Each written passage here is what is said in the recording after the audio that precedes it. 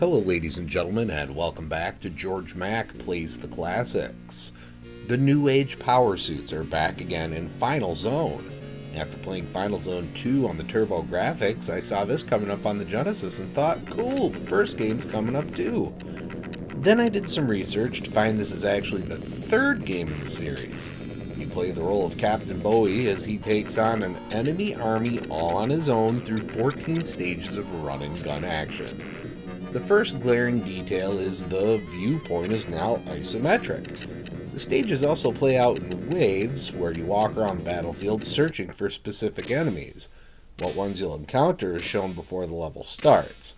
You'll be blowing them away with your primary weapon fired with the A button. Just hold that baby down and let rapid fire do all the work. But I suppose you need to be aware that you can't change the direction you're facing while you're firing, and you're going to want to change directions a lot. The B button fires your secondary weapon. Unlike the primary weapon, which has unlimited ammo, this one has a limited capacity that is shown at the top of the screen. For the most part, they are more powerful or more specialized attacks than the main weapon. In Final Zone, weapons are your hit points. By pressing the C button, you can see all of the weapons you've collected. Pressing the A or B buttons will equip them to that slot, while pressing the C button will bring the highlighted weapon to the top of the reserves. Weapons at the bottom are lost when you get hit, so it's best to leave your least favorite down there. More weapons are earned by finding transport enemies and destroying them. I couldn't figure out if there's a trigger for finding them outside of just walking around the stage.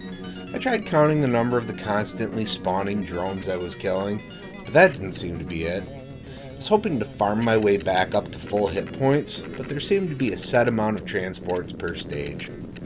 I liked weapons that shot missiles, though I don't know if they were really more powerful than anything else. The heat-seeking missiles were my MVP weapon in the final stages. I read about a rope gun that makes the final battle trivial, but I never got it in my playthrough. There were a couple of times that I would see the shadow of planes on the ground. These are something to be avoided as they drop bombs that kill you instantly. If you feel the need to speed around the level a little more quickly, you can double tap a direction to turn on your boosters. This makes maneuvering unruly, so I don't recommend it. The second part of each stage is a boss battle. These require you to find patterns, but a good secondary weapon is quite helpful. The very last stage is an escape, where I hope you have a rapid fire weapon equipped, so you can take advantage of the slowdown created to avoid laser beams. When it comes to grading Final Zone on Sega Genesis, graphics get a 2.5. Everything looks pretty good, but the play area is far too zoomed in to get a good handle on your surroundings. Sound gets a 2.5. Music is pretty decent, but the overpowering weapon noise can be kind of annoying. Gameplay gets 3.0. Controls work pretty well, though the boosters can mess you up. There are a lot of different weapons for you to choose from, each with an infinite primary fire and limited secondary fire. Difficulty gets a 3.0. After getting accustomed to the controls, I was able to use different weapon tactics to get through the levels without a ton of trouble. The bosses can catch you off guard and take one of your 5 lives, though. Fun factor gets a 3.0.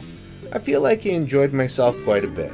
It's not the best in the world, but it was pretty good. Overall, Final Zone earns a 2.8 and gets a B.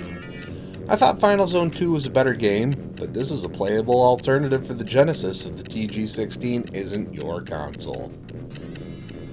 Well, that's going to do it for me for today. Please make sure to like this video, let me know what you think of Final Zone in the comments, and please subscribe to Head Drop Productions here on YouTube, because we want you here for each and every video we release, because it is your destiny.